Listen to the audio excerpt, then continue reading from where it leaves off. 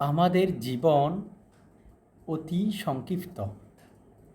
এই সংক্ষিপ্ত জীবনে প্রত্যেক আদম সন্তানরাই চায় সুখী জীবন যাপন করতে, কিন্তু অনেকেই সুখ খুঁজে পায়, অনেকেই ব্যর্থ হয়। পবিত্র কুরআনুল কারীমে আল্লাহ পাক সুবহানাহু ওয়া তাআলা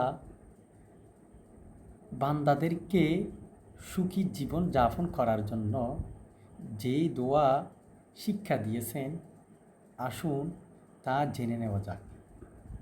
রব্বানা আতিনা ফিদ দুনিয়া হাসানাতান ওয়া ফিল আখিরাতি হাসানাতান ওয়া কিনা আযাবান নার। হে আমার প্রভু, আমাকে দুনিয়াতে সুখ দান করো, আখিরাতেও সুখ দান করো এবং আমাকে জাহান্নাম থেকে বাঁচাও। এই দোয়াটি আল্লাহর দরবারে পাঠ করে যখন ফরিয়াদ করবেন, আল্লাহ পাক সুবহানাহু ওয়া তাআলা আপনাকে দুনিয়াতে সুখী সুন্দর জীবন দান করবেন।